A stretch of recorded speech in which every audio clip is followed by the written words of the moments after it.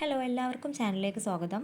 ഇന്ന് പറയുന്ന topic gravitational force അഥവാ മലയാളത്തിൽ ഗുരുത്വാകർഷണ ബലം എന്നുള്ളതാണ്. ഇത് കണ്ടുപിടിച്ചത് സർ ഐസക് ന്യൂട്ടൺ ആണ്. അതുകൊണ്ട് തന്നെ ഇതിൻ്റെ ഫോഴ്സിൻ്റെ യൂണിറ്റ് എന്ന് പറഞ്ഞാൽ ന്യൂട്ടൺ എന്നുള്ളതാണ്. ന്യൂട്ടൺ അദ്ദേഹത്തിൻ്റെ ആപ്പിൾ തോട്ടത്തിൽ ആപ്പിളിൻ്റെ മരച്ചുവട്ടിലിരിക്കുമ്പോൾ ഒരു ആപ്പിൾ അതിൽ നിന്ന് വീഴുകയും ഭൂമിയിൽ പതിക്കുകയും ചെയ്തു. ആ ആപ്പിൾ ഞെട്ടറ്റിട്ട് എന്തുകൊണ്ട് വായുവിൽ നിന്നില്ല?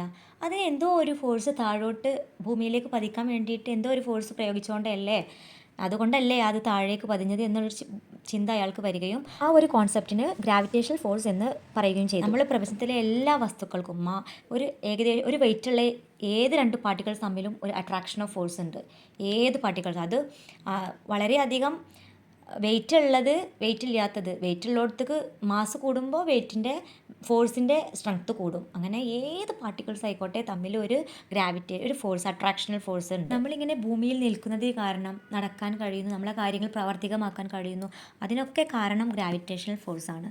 ഇത് 9.8 ന്യൂട്ടൺ ആണ് നമ്മളെ ഭൂമിയിലുള്ള പാർട്ടിക്കിൾസിൻ്റെ ഗ്രാവിറ്റേഷണൽ ഫോഴ്സ് എന്ന് പറഞ്ഞാൽ 9.8 ന്യൂട്ടൺ. എർത്തിന് ലാർജ് മാസ്സാണുള്ളത്, അതുകൊണ്ടാണ് താഴെ നമ്മൾ മുകളിലേക്ക് എറിയുന്ന എല്ലാ സാധനങ്ങളും താഴോട്ട് പതിക്കുന്നത്. അതിനേക്കാൾ മാസിലാണ് നമ്മളെ എർത്ത് നിൽക്കുന്നത്, അതുകൊണ്ടാണ്. അപ്പോൾ എല്ലാവർക്കും താങ്ക്സ് ഫോർ വാച്ചിങ്.